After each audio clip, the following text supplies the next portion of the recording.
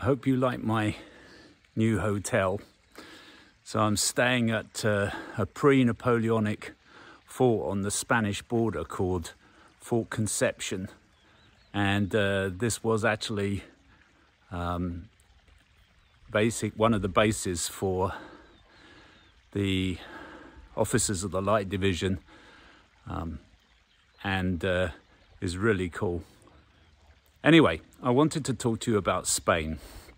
I need to explain a little bit about Spain. Spain was essentially a superpower in the 16th and 17th century. But by the time we got to the end of the 1700s, Spain was in a mess. It was financially in a mess. It was organizationally in a mess. The different parts of society were all falling apart. And it was a French Napoleonic ally. But Napoleon didn't trust it and basically thought that the Bourbon monarchy was weak and couldn't be relied upon.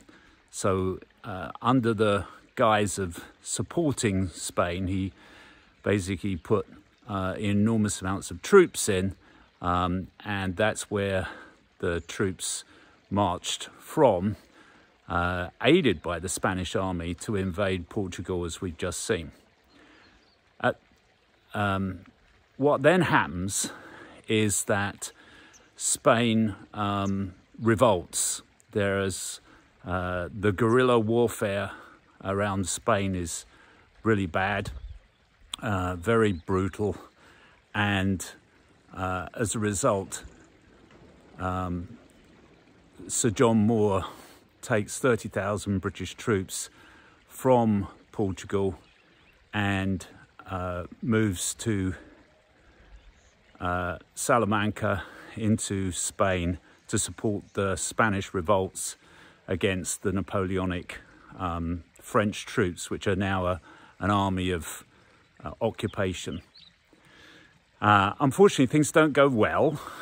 Most of the Spanish revolts fail, and what happens is there's a desperate race for the coast to get the British army out, called the retreat to Corunna, which actually sounds a little bit like Dunkirk.